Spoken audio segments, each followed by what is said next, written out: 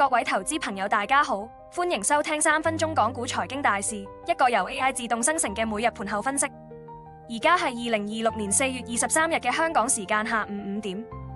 今日個市點樣啊？恒生指數收市跌咗0.95%，國企指數都跌0.79%，科技指數就跌咗1.98%，算係普遍偏軟啦。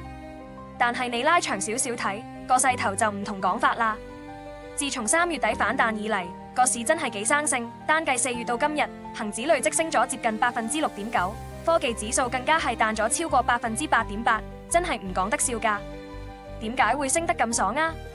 有幾個原因嘅。首先，中東嗰邊嘅局勢有緩和跡象，全球投資者個心都定啲，風險胃納反晒嚟。對於之前跌得金嘅港股嚟講，彈起上嚟自然特別有力。第二，美金回落，資金環境鬆動咗，有啲錢就開始留意反估值低水嘅港股。第三，亦都係好關鍵嘅一點，就係班大戶基金喺度重新執位。啱啱出爐嘅公募基金一季報顯示，佢哋減持咗啲金融同傳統消費板塊，但係就大手掃入製造業，尤其係通訊、化工、電力設備呢幾個範疇，仲有 AI 產業鏈、半導體呢啲科技成長股，成為咗今次反彈嘅火車頭。不過都要提提大家有咩要擔心。第一，地緣政治嘅風險話唔係會反覆，隨時又會嚇親個市。第二，而家主要係靠情緒同資金帶動反彈，但係再落去就要睇企業嘅盈利跟唔跟得上。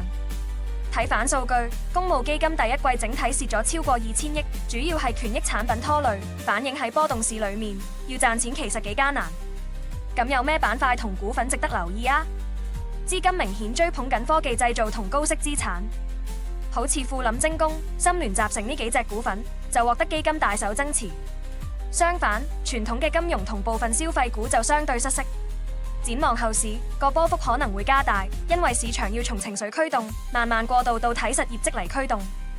短線嚟講，科技製造板塊同埋有穩定派息嘅股份，相信會繼續係資金聚焦點。本節目內容由人工智能技術全自動生成，只係提供資訊同埋教育用途，唔構成任何專業財務、投資或法律建議。